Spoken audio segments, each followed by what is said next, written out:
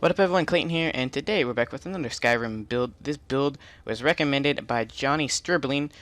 He left a comment on a previous video saying this build, and you should be able to see the comment on the screen right now. Yeah, so thank you for this build, and let's go ahead and get into it.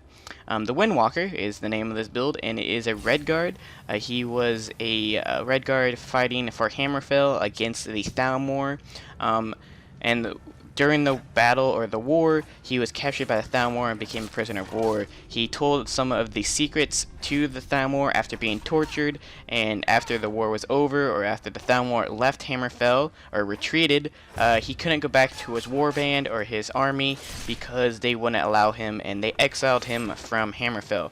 So seeking a new home, a new refuge, he went to Skyrim to help the Stormcloaks kick out the Imperials and the Thalmor, since the Redguards are kind of they hate the Thalmor as well as the Empire, because Empire kind of ditched them and gave away lands to the Thalmor. So that's kind of the role-playing build. You really don't want to side with the Imperials, and you also don't really like the Elves. And by Elves, I mean High Elves and Wood Elves that are a part of the Altmer Dominion, as well as the Khajiits, since they're also part of the Altmer Dominion. So let's go ahead and get started with the skills for this build. So first off, you have Destruction, Restoration, Alteration, Heavy Armor, and One-Handed.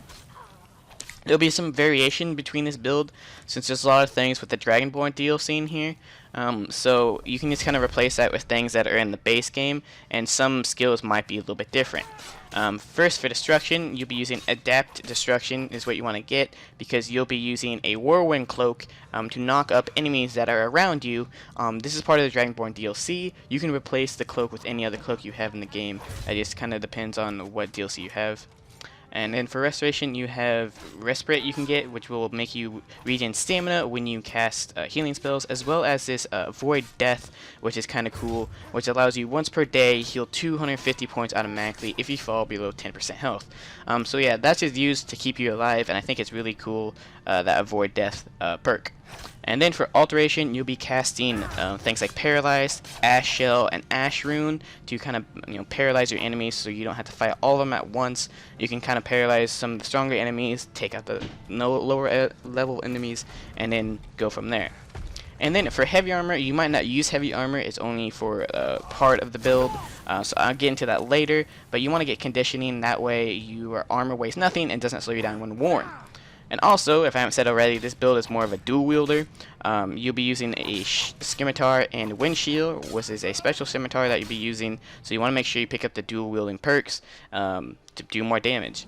So anyways, let's go ahead and talk about the gameplay of the build.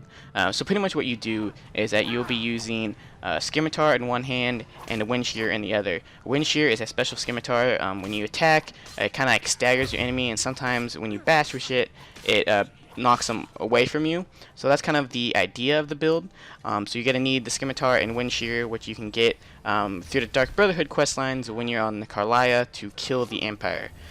Sorry for the spoilers. But yeah. And then for Destruction, you want to have a cloak on. Whirlwind Cloak's really good to knock up enemies around you, so put that on before you get into a battle. As well as for Alteration, it's really cool to use Ash Shell, because it kind of fits in with the role-playing, because Redguards are from the desert of Hammerfell, so the Ash Spell could be kind of used that way. But if you don't, just use regular Paralyze, because it pretty much does the same thing. So yeah, that's kind of the gameplay. Also, you just want to make sure that you keep Wind Shear in your left hand, because that way you can attack with your left hand to stagger them, and then if you want to, you can use Elemental Fury, which will only work on the Scimitar since Wind Shear isn't enchanted. So you attack fast with the right, so you can stagger with the left and then attack faster with the right. So yeah, that's kind of what you do.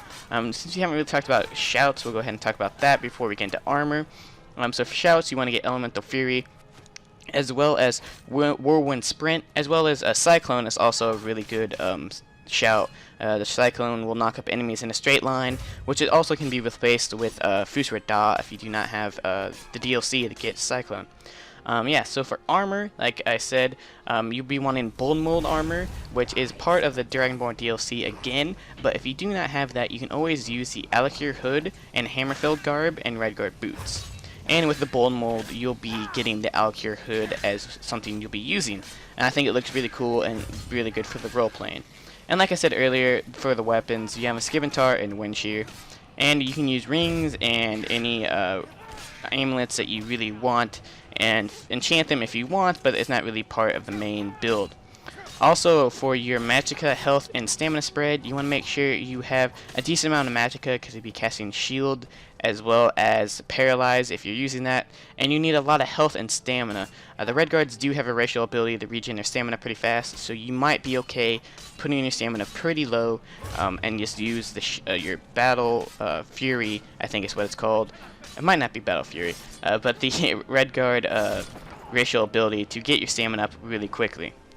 Yeah, so hopefully you guys enjoy this video. There'll be 2 videos right here you can check out, as well as make sure to leave comments below for build suggestions that you want to see next week. I get a lot of these, so I might not do like your build like the next week after you have it out, or put the comment out. So yeah, just bear with me, and I'll try to get through as many as I can. Yeah, so thank you guys for watching, and this is Clayton, signing out.